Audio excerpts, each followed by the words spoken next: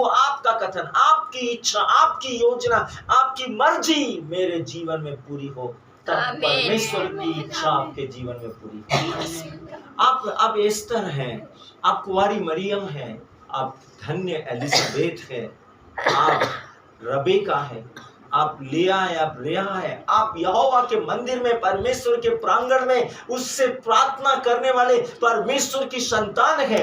आपके पास आधिपत्य है, अधिकार है। इस अधिकार के साथ प्रार्थना कीजिए कि जो आप मांगते हैं, यीशु ने कहा जो कुछ आप प्रार्थना में विश्वास के द्वारा मांगते हैं, विश्वास कर लो कि वो तुम्हें मिल गया। ये आपका अधिकार है, ये आपका अधिकार है कि जो आप प्रार्थना कर रहे हो वो आपको मिल गया। उस पर विश्वास कर लो कि आपकी प्रार्थना अनसुनी नहीं होगी, आपकी प्रार्थना विफल नहीं होगी, आपकी प्रार्थनाएं धोखे नहीं देगी, आपकी प्रार्थना, आपका विश्वास डामाडोल नहीं है। विश्वास कीजिए। परमेश्वर का वचन कहता है विश्वास कीजिए। उसने कहा यदि तुम आज विश्वास करोगे तो कल तुम्हारा परमेश्वर यहोवा तुम्हारी आंखों के सामने चमत्कार दिखाएगा। विश्वास करना बहुत जरूरी है, विश्वास होना बहुत जरूरी है। बाइबल कहती है कि विश्वास सुनने से, और जो सुनाया जाता है वो क्या है? मसीह का वचन।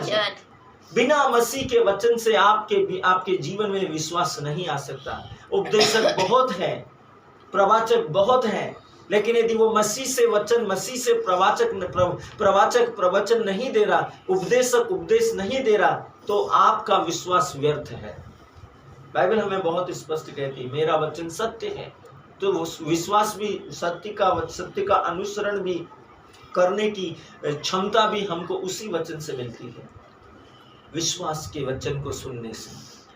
परमेश्वर का वचन कहता है भजन संहिता अध्याय 2, पुत्र का राज्याभिषेक। आप सब पुत्र हैं। आत्मा के स्तर में कोई मेल कोई फीमेल नहीं है, इतना याद रखिए। आत्मा के स्तर में आप सब आत्मा है, आप कोई स्त्री नहीं है, कोई पुरुष नहीं है। अब हम सब मिलकर क्या है? परमेश्वर के सामने आत्मा। वचन कहता है कि पहला आदमी जीवनदायक प्राणी था आदम, और दूसरा आदमी यीशु जीवनदायक आत्मा बन गया।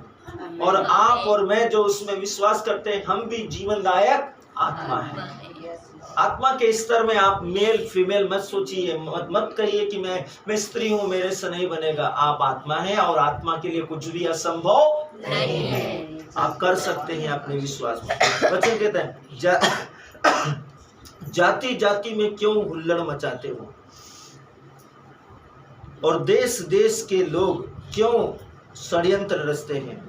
यहोवा के और उसके अभिषिक्त के विरोध पृथ्वी के राजागण मिलकर और हाकिम आपस में षड्यंत्र रचकर कहते हैं, आओ हम उनके बंधन तोड़ डालें और उनकी रस्सियों को अपने ऊपर से उतार कर फेंके। पर आप ही लोग हैं, आप और विश्वासी और कलीसिया ही हैं। सोचिए, विश्व के राजा और विश्व के अधिपति बोल रहे हैं हम इनकी रस्सियों को अपने ऊपर से उतार दे। रस्सियां क्या है? जो आप प्रार्थना करते हैं, उन प्रार्थनाओं के द्वारा वे परमेश्वर के अधिकार के अधीन कर दिए गए हैं। वे अपनी मर्जी से नहीं कर सकते जब तक कि आप नहीं बोले। याद रखिए एलिया ने क्या कहा था? मेरे कहे बिना पानी नहीं बरसेगा। राजा भी विवश हो गया था।